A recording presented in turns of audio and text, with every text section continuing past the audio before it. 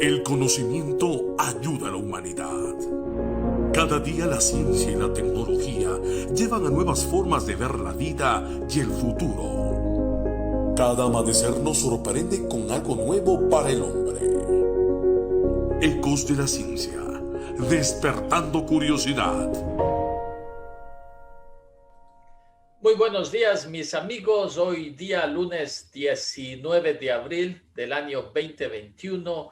Estamos de nuevo con todos ustedes en nuestro programa Ecos de la Ciencia, despertando curiosidad. Su amigo de siempre, Francisco Vinicio Ayala, desde Cayambe, Ecuador, a través de la radio Ecos de Cayambe, 1470 kilohertz. Y ahora pues tenemos el gusto de tenerle a Gustavo Redín, que es presidente de la Coordinadora Ecuatoriana de Organizaciones para la Defensa de la Naturaleza y el Medio Ambiente, CEDENMA, que aglutina más de 50 organizaciones ambientalistas. Gustavo es abogado de la Universidad Internacional, con una maestría en Gobernanza y Derechos Humanos de la Universidad Autónoma de Madrid, y adicionalmente ahora pues está terminando una segunda maestría, es decir, mucho conocimiento está adquiriendo nuestro amigo Gustavo. Muy buenos días, Gustavo. Gracias por haber aceptado la invitación. Vamos a conversar contigo unos minutos. Tú sabes, en la sección anterior hicimos un poco una descripción del libro, pues, que ha salido últimamente de Bill Gates sobre el cambio climático. Vamos a conversar al respecto, pero antes de eso, nos gustaría que te presentes, nos indiques muy brevemente de qué se trata CEDENMA y qué es los objetivos de la coordinadora que tú presides. Adelante, Gustavo. Buenos días, Francisco. Muchísimas gracias por la entrevista. Claro, CEDENMA es una coordinadora ecuatoriana de organizaciones para la defensa de la naturaleza y el medio ambiente. Nosotros lo que trabajamos es tratamos de aglutinar la voz de las organizaciones ambientalistas del país para después con eso poder hacer incidencia jurídica y judicial y también incidencia política y legislativa en materia de derechos de la naturaleza. En ese sentido, nosotros estamos siempre alertas en lo que está pasando en la Asamblea, las políticas públicas que maneja el gobierno. Estamos también revisando en caso de que si existan casos de relevancia nacional en el ámbito judicial que puedan generar precedentes jurisprudenciales. Estamos trabajando también en eso, apoyamos en temas de amicus y también básicamente, por ejemplo, en el caso de las elecciones anteriores, nosotros empujamos a la creación del Frente de Ambiente, con el fin de poder poner sobre el debate público los temas ambientales a través de la creación de la Agenda Ambiental 2021. Bueno, y en ese sentido, pues tuve la oportunidad de conocerte justo durante las elecciones, cuando ya era la segunda vuelta electoral, y tú en esa coyuntura tuviste la oportunidad de hablar con los dos candidatos.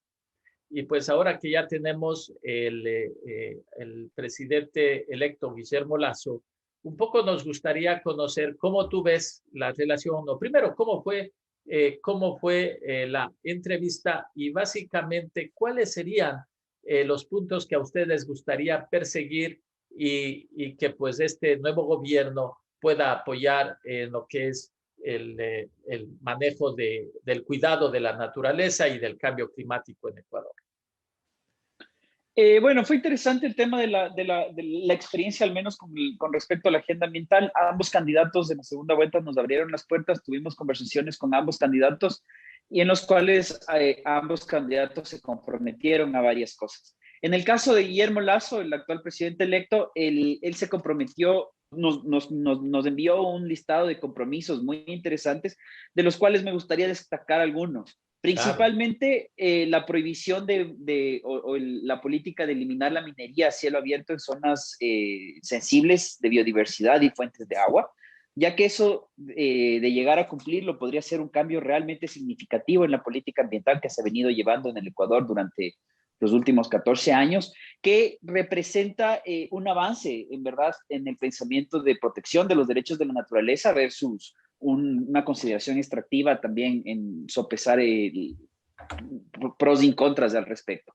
El otro punto que me parece interesante en el que se comprometió fue la de publicación y empujar en las Naciones Unidas el concepto de derechos de la naturaleza, ¿no es cierto? Considerando que el Ecuador es el primero y de momento único país que reconoce a la naturaleza como sujeto de derechos desde su constitución, ya que existen otros países que han reconocido el carácter de sujetos de derecho a la naturaleza a través de sentencias, como el caso de Colombia o Nueva Zelanda, pero el Ecuador es el único que lo reconoce desde la Constitución, que eso nos da unas posibilidades mucho más amplias de avanzar, e inclusive en la teoría jurídica se habla de una una cuarta generación de derechos frente a los derechos humanos.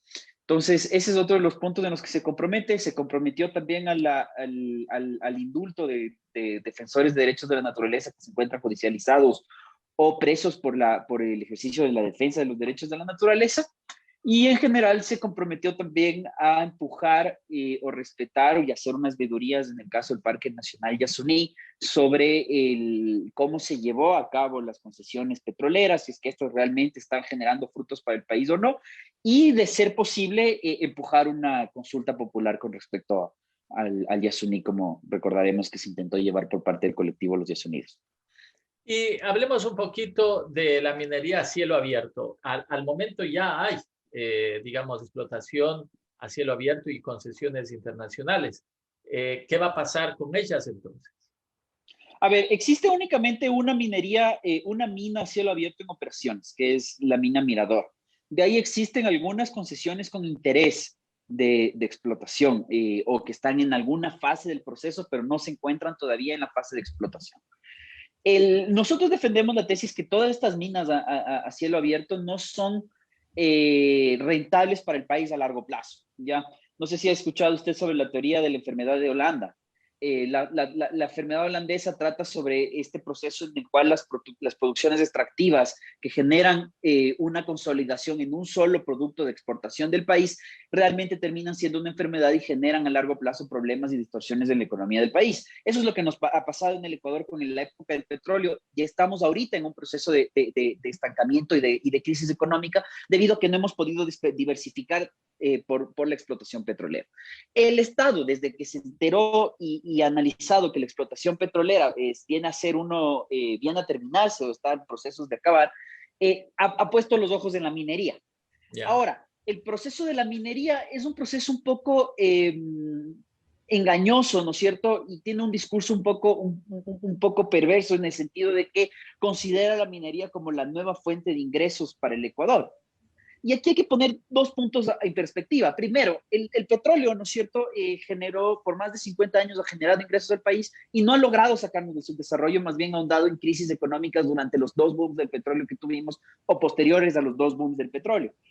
La minería, en el caso ecuatoriano, es una minería extremadamente costosa, que los ingresos que podría obtener el Estado son significativamente menores de los que ha obtenido el petróleo.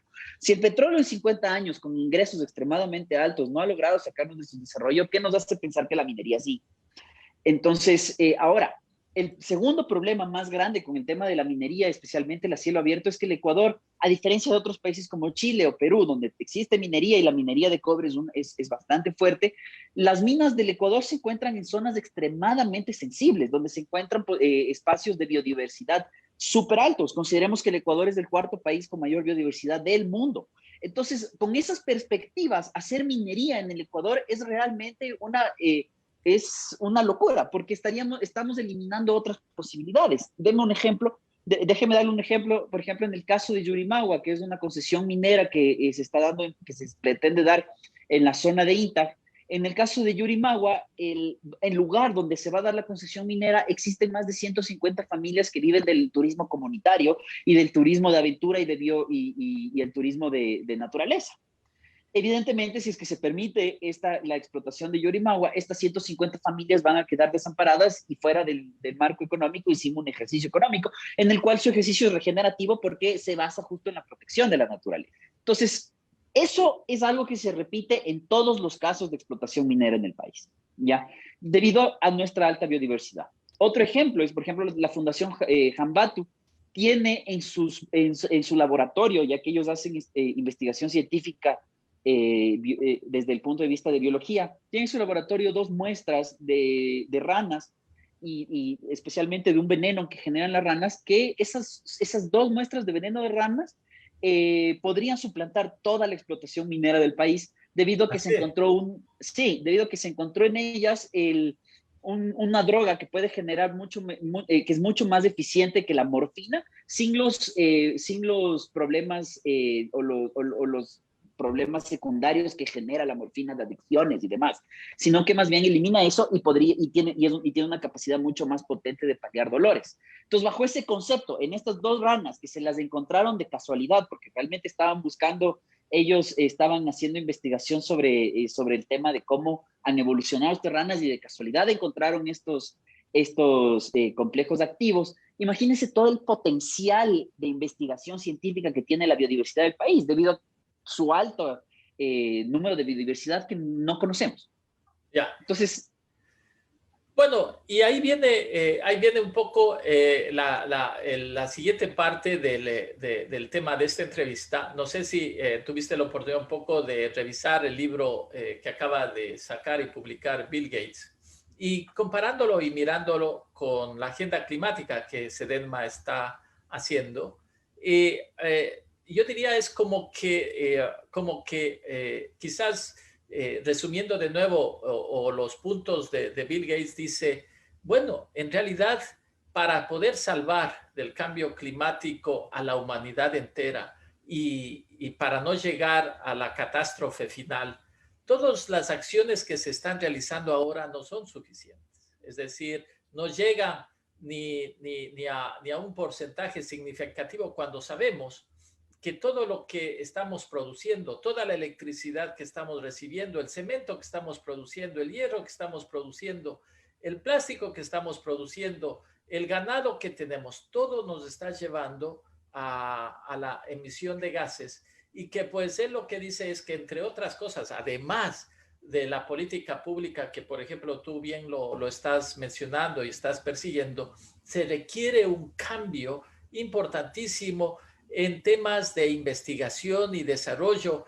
y darle todos los recursos que se requieren para justamente, como esto que tú acabas de hablar de las ranas, puedan producirse. Y entonces es ahí por donde podemos realmente echar para adelante como un todo al país y al mundo entero. Pero no veo este énfasis de lo que dice, por ejemplo, Bill Gates, de lo que deben hacer los países. ¿Cómo miras tú esa parte? Yo creo que hay varios intereses. O sea, para empezar, estoy totalmente de acuerdo. Es importante darse cuenta que las políticas de combate al cambio climático son políticas que han terminado en el discurso, más no en la acción. Por ejemplo, las cumbres de carbono, la de París, en la cual buscaba reducir la emisión de carbono, no se han cumplido, e inclusive se ha ahondado en ese proceso. Yo creo que las políticas públicas lo que están haciendo y que generan los problemas del cambio climático son políticas cortoplacistas, especialmente en los países del sur o de la periferia, como somos los países latinoamericanos, que de cierta forma dependemos de economías que se llaman desarrolladas, en las cuales nos compran la materia prima. En estas concepciones cortoplacistas, por ejemplo, en el caso ecuatoriano, se da más importancia a qué actividad nos genera recursos inmediatos, más no se revisa cuál actividad realmente va a sostener la economía del país y la sostenibilidad realmente de la biodiversidad y de la vida del país. O sea, garantizar la soberanía alimentaria, la soberanía energética, la soberanía de agua, garantizar el buen vivir realmente de las poblaciones futuras. Esto, por ejemplo, nos vemos con el ahondamiento en el extractivismo, debido a que sí, generan riqueza y generan dinero inmediato, pero, por ejemplo, no generan conexiones ni apoyan de manera directa el desarrollo, debido a que son actividades muy técnicas, como estoy hablando del petróleo y la minería, en estos casos, actividades muy técnicas que no generan mucha inversión en otras áreas del país, ¿no es cierto? No apoyan de esa manera el desarrollo, y la única forma como apoyan es mediante el apoyo del Estado directamente, que, como hemos visto en estos 14 años, el Estado no es el mejor administrador ni tiene una fama de no caer en actos de corrupción. Entonces, bajo ese concepto, al nosotros ver hacia esas actividades como las actividades del futuro, nos estamos olvidando que existen otras actividades que realmente pueden generar desarrollo, ya que generan que las mismas comunidades sean quienes se hagan cargo de su propio desarrollo. Estoy hablando, por ejemplo, de los casos como el turismo sostenible o el turismo comunitario de naturaleza, que es el principal fuente de turismo que tenemos en el Ecuador. Estoy hablando de la agroecología, que lo que hace es recuperar suelos para generar productos que sobre eso tienen productos con valor agregado. Por ejemplo, hay propuestas en Galápagos de generar certificaciones de pesca responsable, en el cual ya se han encontrado y se está introduciendo en mercados de Estados Unidos o europeos, en los cuales están interesados en pagar más por un pescado responsable a que por la pesca tradicional. Entonces, eso estamos generando productos de valor agregado. Entonces, esa visión que se tiene de poder hacer o desarrollar un país basado en políticas de economía sostenibles o economías verdes, evidentemente son políticas que requieren un poco más de procesos de trabajo y de investigación, como por ejemplo el caso de la investigación científica, pero que a la larga sí nos va a dar mejores resultados y va a proteger el planeta y va a garantizar la sostenibilidad de la vida. Entonces yo creo que esos es como los retos, inclusive regresando un poco a la conversación con sobre el gobierno electo actualmente, son los retos de encontrar cómo se puede invertir en estos procesos para realmente sostener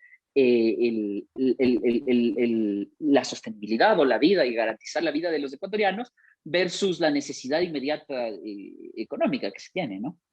Una de las cosas que, por ejemplo, Bill Gates insiste en su libro y dice, hay que empezar a poner o introducir impuestos a la emisión de gases, básicamente de CO2. Y claro, ahí viene el famoso debate de corto plazo que estamos enfrentando del subsidio a la gasolina y de la producción de gases de las industrias, etc. ¿Cómo miran ustedes este tipo de casos? Porque claro, ahí es donde mucho se habló de la contradicción, por ejemplo, del candidato Yacu Pérez, donde quería avanzar todos los temas ambientales, pero a la vez, ¿no es cierto?, mantener la emisión de gases sin llegar a ninguna solución loable. ¿Cómo miran Yo creo que desde su punto de vista empujar algún tipo de solución en este caso?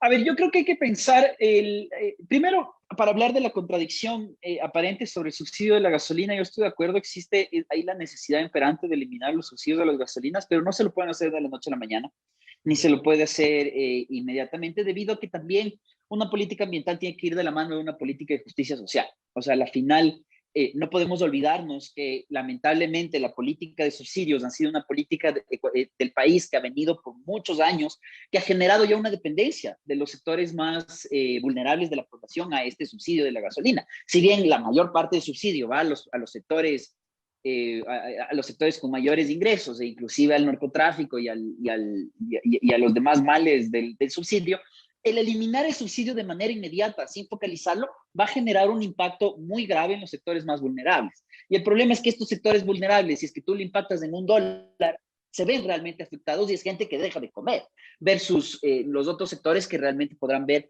otras salidas. Yo creo que para el tema del subsidio hay que buscar políticas mucho más imaginativas o creativas, en este caso, de ver cómo realmente podemos focalizar esos subsidios.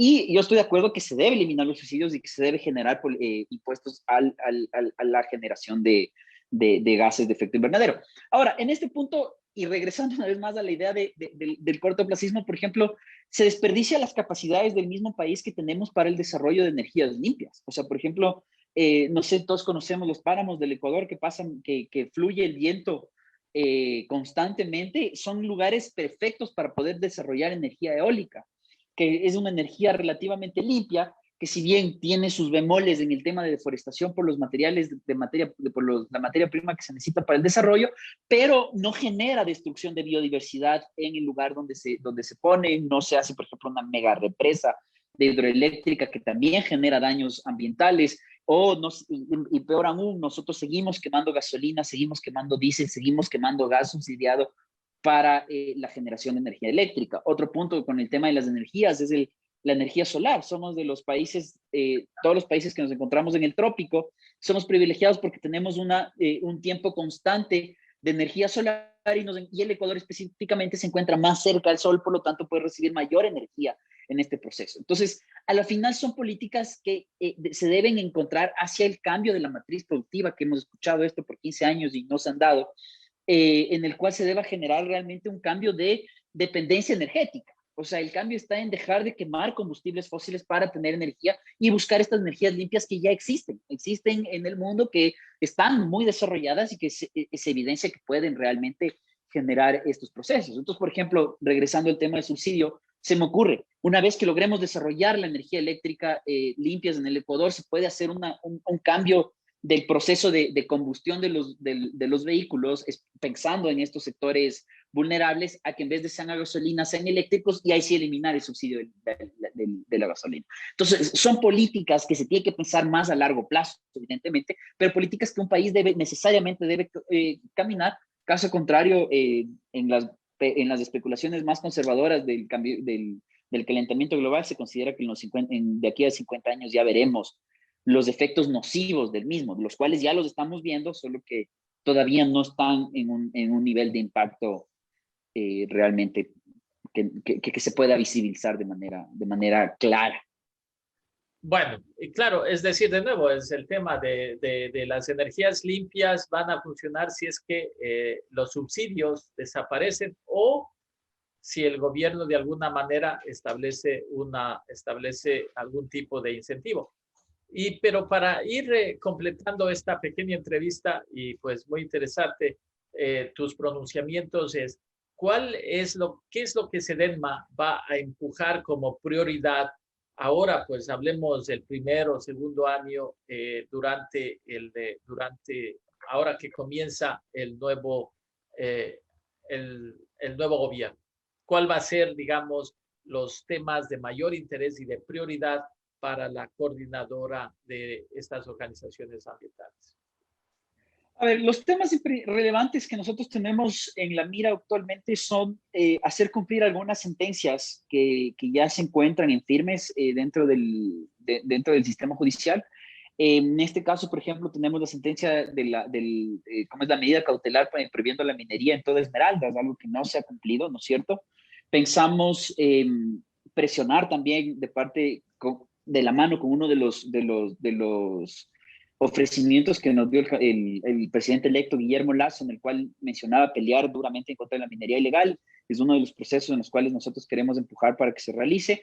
Dentro del ámbito legislativo estamos trabajando en revisar la normativa, la ley de agricultura que se está pensando manejar, que se está pensando tramitar en la asamblea, ¿no es cierto? Entendemos que ya en un mes no lo van a lograr hacerlo, entonces eso quedará a la próxima legislación. ¿Pero qué aspectos dentro de esa ley? En esa ley, los aspectos principales que nosotros hemos identificado que puede ser grave es el tema del fortalecimiento a los agroquímicos, en el cual se está buscando el generar, valga la redundancia, el permitir el mayor andamiento en la producción agrícola por medio de agroquímicos y paralelamente esto va muy de la mano con el tema de semillas transgénicas. Tenemos que entender que muchos agroquímicos, especialmente el glifosato, por ejemplo, funcionan de la mano con semillas transgénicas que están preparadas para el poder mantenerse y ser inmunes a estos agroquímicos. Entonces, esa es una de las políticas que consideramos que la ley está fortaleciendo, entre otras, como fortalecer la agroindustria a gran escala, que eso lo que hace es termina en el país lamentablemente desplazando a las comunidades, más no hace que las comunidades vulnerables del campo se vean inmersos en este desarrollo de la agroindustria, que es uno de los puntos también que se debe revisar. Otro punto importante que se debe revisar el sistema legislativo que se está planteando es el tema de la ley de agua, en el cual se está, eso en cambio es algo positivo que tuvo la legislación y lo queremos ayudar a mantener, ¿no es cierto? Es que se está fortaleciendo la prohibición de explotación minera en fuentes de agua, que es clave debido a que el agua es un derecho humano y es esencial para la vida misma. Entonces, la ley de agua está planteando la reforma, la ley de agua está planteando este articulado lo cual estamos nosotros de acuerdo y estamos tratando de empujarlo para que no se lo quiten en la próxima legislatura, que es otra ley que pasará. En términos de política pública, ¿no es cierto? Esperamos que se dé una verdadera inclusión del convenio de Escazú en la política pública, recordando especialmente la parte de protección y respeto a los derechos de defensores. Empujaremos también una política pública, o buscaremos empujar por medio del gobierno una política pública de protección a los defensores de la naturaleza, debido a que si recordamos hace menos de un mes, o bueno, ya va a ser un poco más de un mes, murió un compañero defensor de la naturaleza de Río Blanco, en condiciones muy dudosas. Nosotros consideramos que probablemente fue un asesinato. Y como él, hay muchísimos casos. Entonces, sí buscamos que sea una política del Estado, la protección de los defensores y la no judicialización de los defensores, que también es importante. A ver, en ese sentido, desde el lado de este programa, pues tú sabes, hacemos este programa con el afán de divulgar ciencia y tecnología al público en general. Te hacemos un pedido. Y desde el lado digamos, editorial de este programa, nosotros vemos como hemos tratado el tema ambiental antes y hemos visto, por ejemplo, que en el Ecuador hay interesantes casos de desarrollo tecnológico y científico en temas ambientales. Te doy el ejemplo que tú nos acabas de dar de las ranas, que no lo conocía. Ya luego te voy a pedir el contacto para hacer la entrevista respectiva. Pero, por ejemplo, en la Escuela Politécnica Nacional han desarrollado tecnología para proteger humedales. En Yachay han desarrollado alternativas para desarrollar paneles ecoamigables. En otras palabras, que han recibido premios internacionales, pero que pues no hay, digamos, el suficiente apoyo, porque una cosa es ser investigador, otra cosa pues es ser empresario. Entonces yo te decía, sería importante que del lado de ustedes también de alguna manera apoyen con el gobierno para que se puedan poner los incentivos a este tipo de investigación y que puedan transformarse en medios de producción y de exportación en muchos casos para el Ecuador, con aceleradoras, con incubadoras que pongan énfasis en este tipo de desarrollos, de investigaciones y desarrollos empresariales, y que el gobierno pues vaya, ¿no es cierto?, de alguna forma creando esta semilla que es movernos hacia lo que tú estás pidiendo, pero solamente con actos concretos como este, de que pues haya también en la legislación o en las políticas públicas desde el lado del gobierno, que esto realmente empiece a apoyarse y a funcionar. Efectivamente, nosotros buscamos y esperamos que en este nuevo gobierno existan esas políticas. Por ejemplo, en el caso que te comentaba del tema de la pesca sostenible, viene muy de la mano con investigación científica bastante seria realizada por la Fundación Charles Darwin, que es una de las fundaciones que se encuentran que son miembros del SEDENMA.